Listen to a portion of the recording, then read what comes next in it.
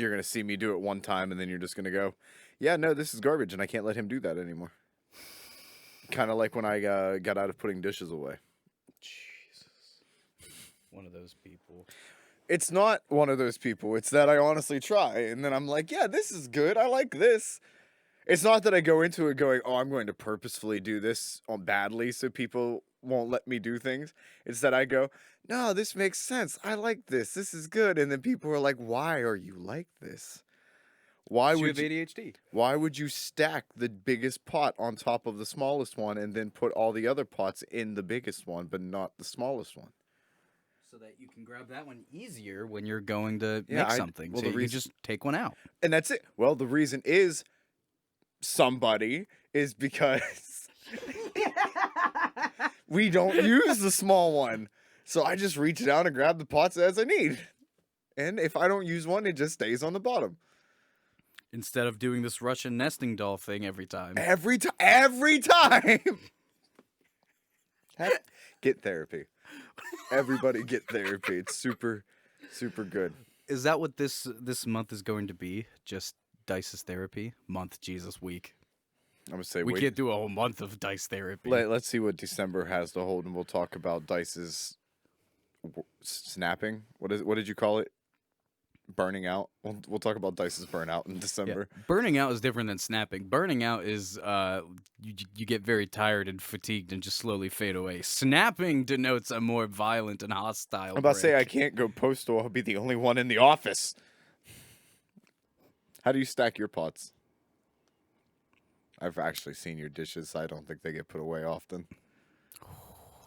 You know what? I have to commend you though. You know what I finally got? What? I got her to break down, and we have a chore list now. That's great. You know who doesn't look at our chore list anymore? You? Oh, no. Oh, okay. You know what doesn't work? Damn it. Well, it officially started Sunday. Well, it'll work for about a week, so enjoy this period while you can. Okay. It officially started Sunday. And I got all my stuff done, and I have nothing today. Good. Then I have a big load on Thursday. Yeah, you do. From Captain Cream Pie. But yeah, we finally got a chore chart. We're finally adulting. I think we only have like 3 pots.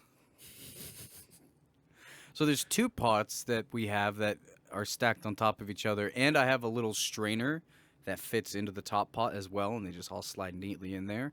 The only other pot we have is the really big soup pot. We have like 20 pots. Why? I don't know. I don't know why we have half the kitchen things we have.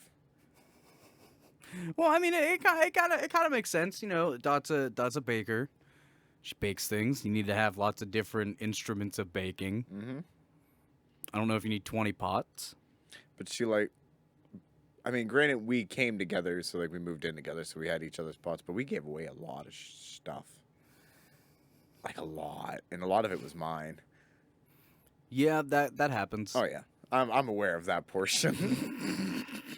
That doesn't change. I was prepared for that one from the beginning, but no, it's just one thing to say like, hey, I need all this stuff, and then when things get baked, it's usually at her work or something, or it was at her work for a long time until the reunion tour.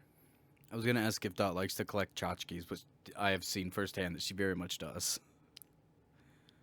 Tchotchkes, little knickknacks. Oh. Like that giant board of... Specifically the one from that tea company. They sell those weird knickknacks, and we have to go to flea markets and stuff to find them, which I don't mind because I like flea markets. Flea markets are fun. Flea markets are awesome. I love the haggle. I don't. You don't? No. You don't like the haggle? That's not my thing. See, I love flea markets because it's not like this established business where it's like one fucking person is just like, that's it. This is the deciding price. Well, I guess it is that. But that person's willing to give in. Whereas the owner of You go Walmart, in with the knowledge of negotiation is definitely on the table. Negotiation. That was the word I was looking for. And that's it. I love the art of the haggle, just the diving right in. That's too much talking to people. I'd rather just hand you money and you give me the thing I want. See, it always like as a Magic player, I always used to find cards and stuff like that that like parents were selling of kids back in the day. They're like, they moved out and left all this stuff, and I'm like, oh man, there's like $50 rare in here. There's like this and this, and they're like, how much? $10 for the box. You got it. You don't even hear me speak. I ain't trying to haggle you out of that, but if you're trying to sell me some wrenches and stuff, I'm not going to give you $30 for a You buy wrench. wrenches from flea markets? Oh yeah. All right. I guess I don't go to a lot of flea markets. Oh, the one we used to go to all the time. There was a dude, my it was like a family friend, so I usually bought my tools off him. Like it was weird, odd tools I would need for different jobs. Mm. One of the things that I've noticed doesn't occur nearly as often in Pittsburgh as it did back home are yard sales, mostly because There's no yards. yeah, I mean I understand why they don't happen as much up here, but there was a day back home where it was just the big yard sale day. It was during Salisbury days because we need to have pride in our small shitty town. Well, everybody would set up outside and it would be just a big day of yard sales and everybody went around and had a great time and yada yada yada ex infinitum nauseum. Actually, I didn't get to go, but some people actually went to a yard sale or two on the Georgia trip because I don't know why. People would Oh, think it'd we be could. different. How was the I Georgia was gonna trip? say, We can yeah, talk about that on it the was dawning podcast. on me. We haven't done a podcast. Hey, since look, I've an gone to interesting subject. Georgia. Do you want to do the tasty jams before we get into the meat? Sure. That's gonna be the meat of my version of the podcast. The meat of the jams. Oh yeah, jam meat. Speaking of jammed meat, No, go ahead. oh, I was gonna make another Captain Cream Pie joke, but I figured I should stop doing all the Captain Cream Pie jokes because y'all are gonna have to watch Typing of the Dead 2 to get that one. Yeah, and that's after today. That comes out tomorrow. You'll see. But this week we our tasty jams. My tasty jam this week comes from. Oh, I was gonna do the Cal Scrubby song, and then I remembered I used it last week, and then I didn't think about picking a new tasty jam. So I have been jamming out a lot to Logic's most recent album, No Pressure, the one that he put out right before he retired. I know it's a couple months old at this point, but it's something that I've like just started to jam into, so to speak. And this week I'm gonna recommend Dad Bod by Logic. Dad Bod is a song that basically just goes on about like a lot of the fans. Like once you get big enough and you've existed as an artist for a long enough time, your style changes. Yeah. So like his fans are not throwing him under the bus, but ragging on him for not rapping about the lifestyle, and all that kind of shit. And he's like, all right, you want me to rap about my life now? I wake up my son, I go to the grocery store, I buy diapers and paper towels, I come home, I cook for my wife, and then I blah, blah, blah, blah, blah. And the line that stuck out was, like, you want to hear me rap about my life? I already did it once. Should I, like, relive the shitty parts of it for all you cunts? Or should I keep redoing it and that kind of stuff? So, great flow. I've always been a fan of Logic, even though a lot of his music never really stuck out to me. Mm-hmm. So, I've been getting into this newest project. I might try to go back to some older Logic stuff because I'm finally off of my Dreamville kick. So You were on that for a long time. yeah, I know. So dude, I think Jid's gonna drop a new album soon. I'm excited for you, homie. He's released 2 little snippets of songs over the past few weeks, and I think Jid's album is going to be coming out, I think, before the end of the year. Holiday season. Do you want to talk a little bit about your last week's Tasty Jam since we just kind of threw it up, but we had the super teaser for Salty Talks 4 go live? Oh, sure. I mean, last week I just threw up Money by Drugs by Cal Scrubby. It's a delightful song, and I feel like you can really get the entire point of the song through the hook, which goes, got your dad doing blow off my ass, got your mom trying to suck on my nuts. Don't tell me money don't buy happiness when it so happened that money buy drugs. It's a 2-minute song off of Cal Scrubby's, I don't know if it's his debut album, but it's his newest album. And it just came out the other week. Go give it a listen. I've been jamming to it. It's one that I've been listening front to back. Mm. I heard the hook today, and I will be going to actually listen to the song. But yeah. It sounds like for both of your tasty jams that you're going to be talking about, they're throwbacks. Yeah. So my tasty jam for this week is Young Volcanoes by Fall Out Boy. It came on the radio yesterday, and I ended up listening to the whole album again from Save Rock and Roll. Oh, okay. I never heard that song before. I'm gonna say it's one of my actual favorite albums by Fall Out Boy. Ooh, So I don't know interesting. if that's controversial or not. I know it was a rather popular album of them. Really fun, uplifting song. Kind of talks about still harnessing the youth and things, but just really fun, uplifting. I really showcases. I think is it Patrick. Patrick Stump. Patrick Stump. His voice is very well like done in it. It's just a to me it was just a banger. I used to listen to it all the time back when I was in like college in Cal, and just played it. It was just a good drinking friends around, have a good time type of song. Mm. And then the funniest thing is dawning on me is my last week's pick. Your song was "Money by Drugs," and it's very different outlook on life than the song I picked, which is a "Happy-ish" by Chris Calico, in which he actually reminisces about times that he almost commit suicide and just tries to live happy now and try to be a little bit happier in life and get people on that life, even though he's not exactly happy. He's just happy-ish. Happy-ish. So it's about overcoming and fighting through. Like I think at the end of the song, Tech comes over and says like a message to the mentally disturbed: "Don't kill yourselves. Stay here on Earth with us." Just a like not one of those completely redeemed afterward stories, but trying to move on after realizing that you want to stay on the earth Mm. is still being here is still worth doing. Yeah. But yeah, completely opposite ends of the spectrum for I wouldn't call them completely opposite ends of the spectrum.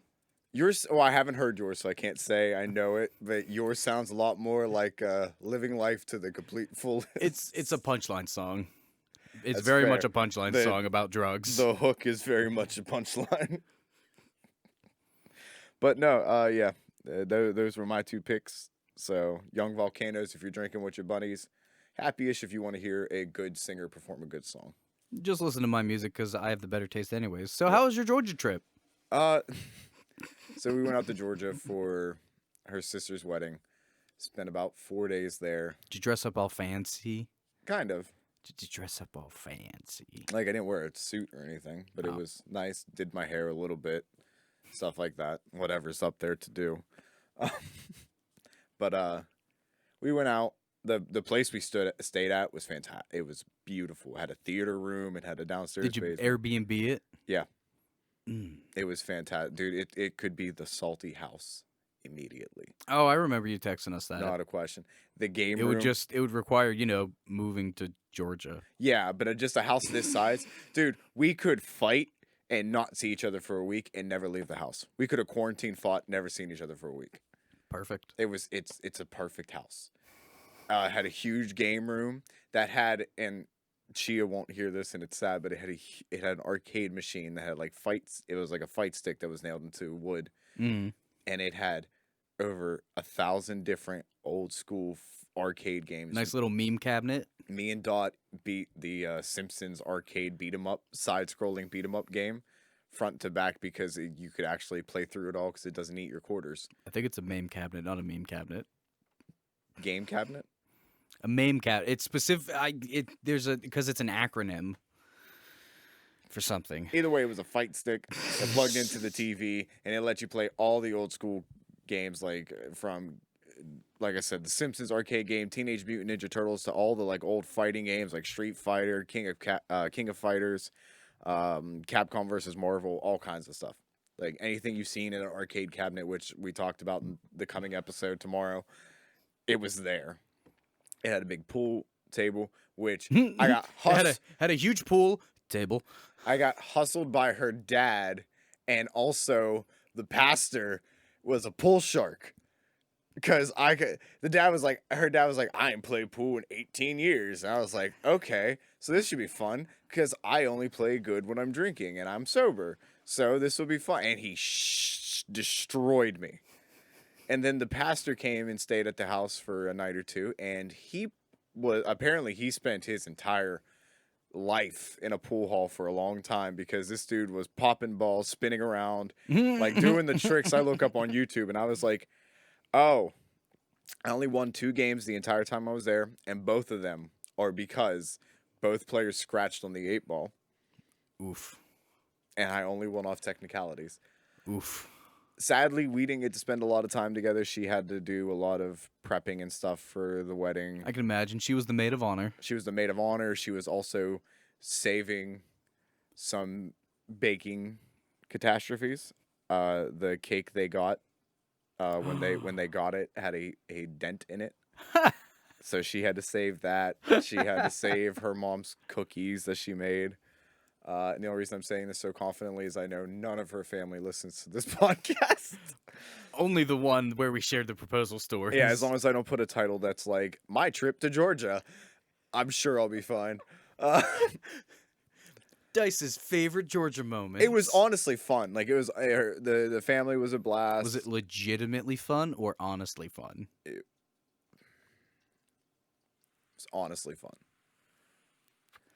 There was some parts that were hit or miss, but they was honestly fun. I actually bought Hades on the Switch specifically for that trip, and I only got to play it maybe a little bit at the end of each night. I even got invited to the bachelor party of The Bachelor that I met twice. Yeah, that was Dice learned about one of my favorite games that I thought was made by a different YouTuber, but is apparently a real game. What are the odds? Oh, or odds are. Yeah, I got to play What Are the Odds. I never knew that game. It's kind of dumb. If you've never played it before, I saw it on Super Mega's channel. But you say a number, or so let's say, for example, I wanted Dice to go get me a soda from the gas station. I would say, what are the odds you'll go get me a soda? Dice now says any number between 1 and 50. No, I get to determine the parameters. Yeah. I get to say, give you a 1 out of 10. Okay, so 10. So now we have to, at the count of 3, we both have to say a number between 1 and 10. If we both say the same number, I have to go. He has to go, but if he says the wrong number, then I guess nothing happens. Nothing happens. The only time it would happen for you is if it's a 1 out of 2. Yeah. The flip side of the game is you can say, like, what are the odds? And if Dice says 2, then if we get it correct, he has to go do it. But if he gets it wrong, I do it. Or if we say different numbers, I should say. Yeah. Because it's not wrong, because you would win at that point. I would win. It's the 1 out of 2 is the only time the other person could win. It's a wonderful little party game. I haven't had the opportunity to play it in real life yet, but give us if you've ever played. What are the odds? I would like to play. We should add it to. We could add it to the stream today. Maybe we could play with it because it got out of hand at the bachelor party. I was gonna say it can get very out of hand, but nobody was doing anything. Everybody was just like, "I'll take the kick in the shin," and then they were barely kicking each other in the shin. And I'm like, "Then what is the point of this game?" Yeah, if you don't is it just think of the stupidest things you can think of and then say them out loud? It's a Cards Against Humanity without the point system. Yeah. It's also kind of fun. It just has that gambling aspect to it. Yes, but the gambling aspect is something would have to happen. Yes. Because people were just throwing out 1 and 2s like it was nothing, and then nothing was happening. You know what I mean? So, like, there's no gambling aspect. There's just, I can just choose not to do this. And that's the fun part, I guess. Because, like, walking to the gas station, yeah, it's annoying, but you'll do it. But I'm not going to say, like, strip down to your bare bottoms and run outside and do a hula dance. Have you ever had to do a naked mile? No. All right, it's a completely different party game, but that's not a party game. That's 1, an American Pie movie, and 2, something to do with college and running naked. And if you ever get shut out in beer pong, you have to run the naked mile. What? Have you never played that? I've never been shut out in beer pong. I have once. Did you have to run the naked mile, Jayne? Yeah. So I had always played, the naked mile was you get naked and you have to do a lap around the house and then come back in whatever exit you left, right? And so I assumed that was the rules that we were playing under at this particular party. No. Jayne. So we got shut out. It was me and my buddy, I won't say his name. And by the time I realized what was happening, he was already out the door. And I was like, oh shit, we gotta go now. So I raced out the door. I'm throwing off all my bottom wears, my pants and my skivvies, and I run all the way around the house. And I get back, and my beer pong partner is standing outside just in his underwear, and he's like, "Is that your penis?" And I was like, "Yeah, because it's the naked mile." He's like, "We don't do that in this house." I'm like, "What the fuck did you tell me that before I ran around the house fucking naked?" Didn't you at least put a hand down? I mean, I retroused myself No, I meant while you afterwards. ran. There's a courtesy hand when you do that stuff in Oh, hell dorms. no. Come on, there's a courtesy hand. No, Everybody that's has not a the point of the courtesy naked hand. mile then. You're not naked. Yes, you are. You just have a courtesy. You're still naked. You just. You've never even run a naked mile, so I don't know what you're talking about with I've courtesy streaked hands. before. I haven't. Well, except for that specific moment. I've streaked at a party before. I got dared to.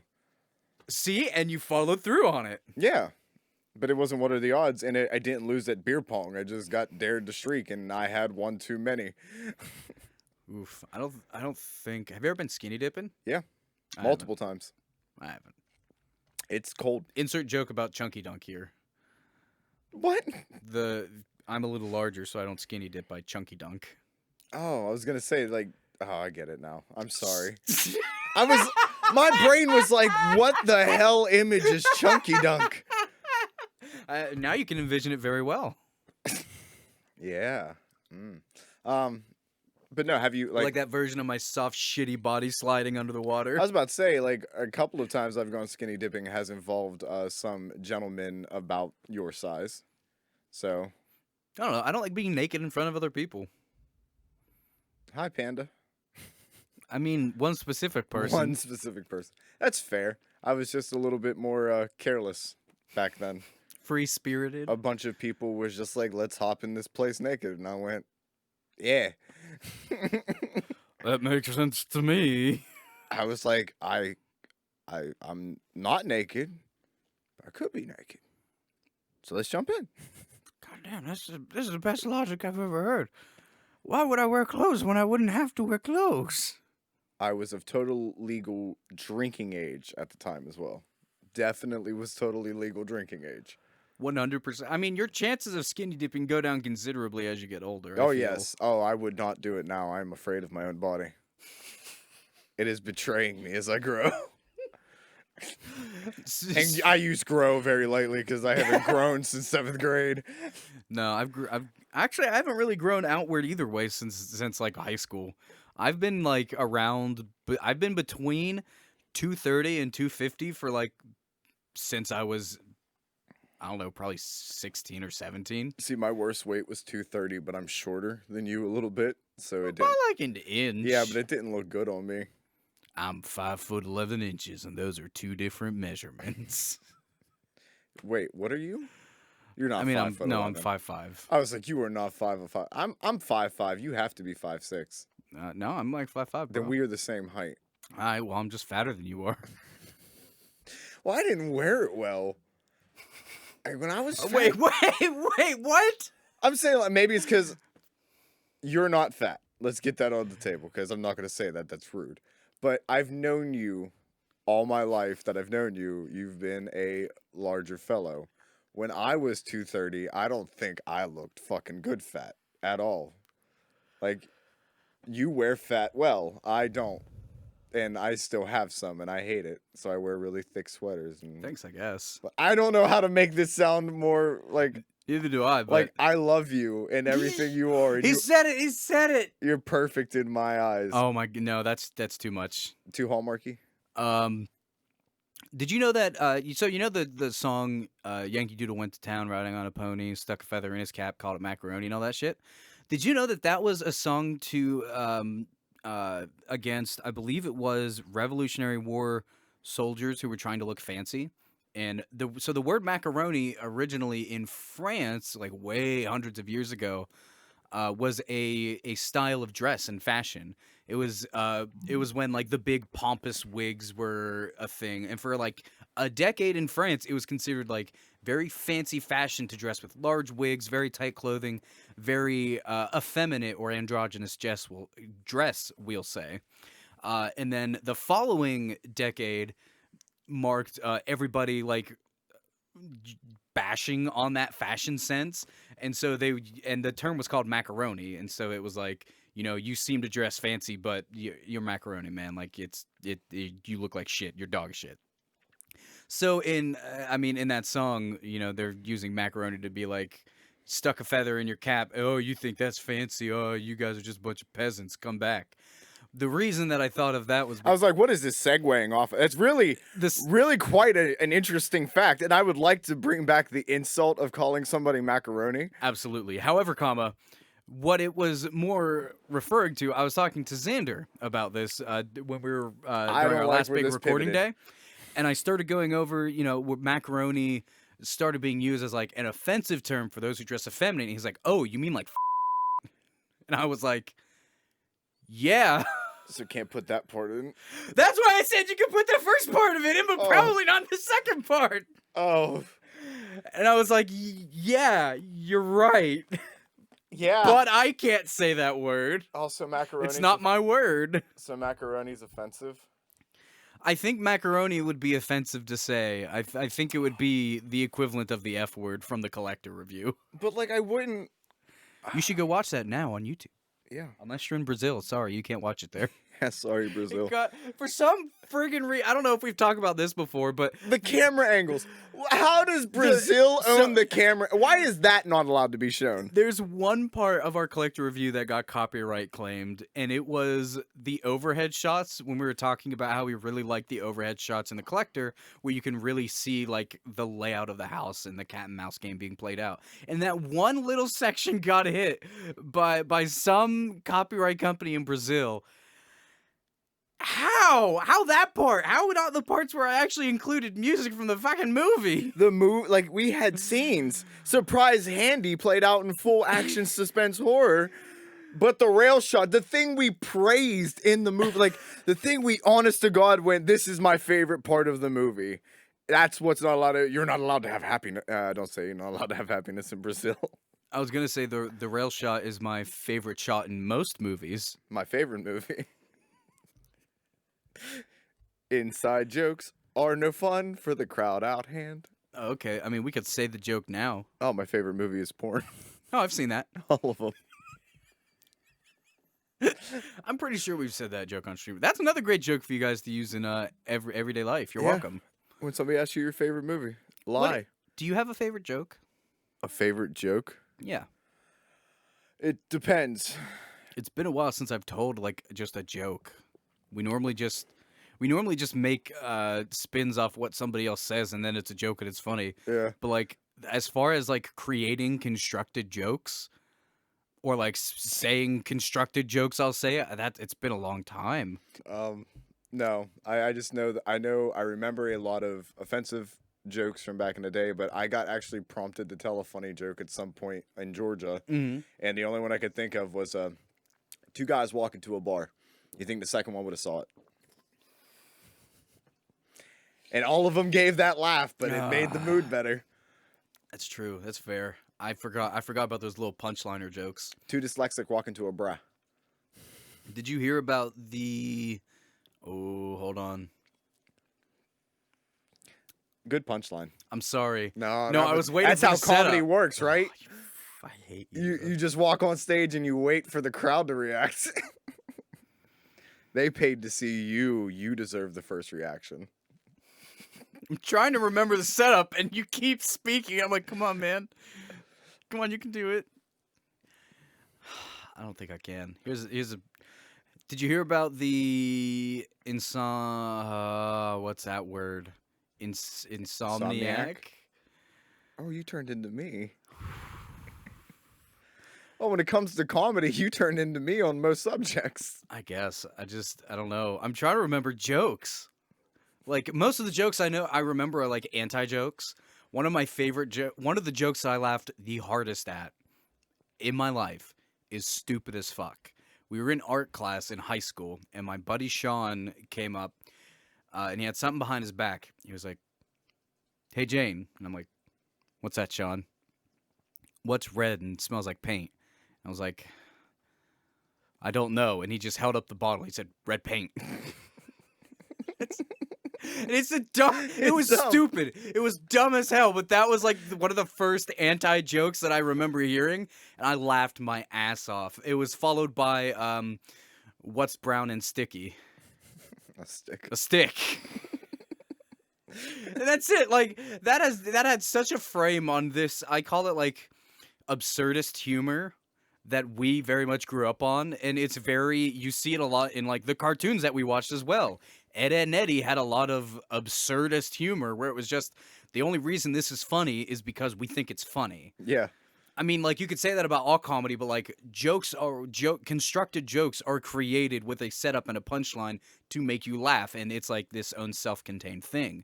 Whereas other humor, the humor that I love and that we grew up on, is just funny because it's just outrageous and outlandish. You just reminded me of one of my favorite jokes that I actually used to use as a pickup line. Oh, But it is a long, convoluted joke, so I have to look it up because I haven't used it in years, and I can't even remember if I know I told her it once. So, all right. Here's one of the you jokes. filibuster. Sure. Here's a joke that I remember from high school that was probably my favorite to tell. A boat crashes into an island. The few survivors that are left begin scrounging around the beach when all of a sudden they are beset by cannibals. And they all come up and they say, "We are going to eat you unless you can bring the biggest fruit on the island back to our queen."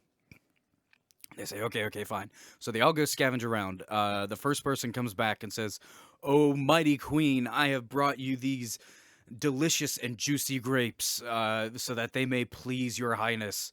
She takes one look at the grapes and says, "These fruits are shit. Shove them up his ass." And so they shove the grapes up his ass and take him off to a little prison cell. The second person comes back and says, "Oh, mighty queen, I have brought you these crunchy apples, red from the harvest and ripe for the picking, to hope that it would please your highness." And she takes one bite of the apple. She says, "This apple tastes like shit. Shove it up his ass." And the second person gets led to a prison cell. They are crying from having the apple shoved up their ass. It was probably incredibly painful. And they see the person with grapes just laughing and sitting on the floor. And they're like, "How could you laugh? Didn't you have all those fruits shoved up your ass?" And he goes, "Yeah, but I just saw George coming back and he picked up a watermelon." That's good. That's it. That's a joke that I remember my buddy JR telling me. So I found it.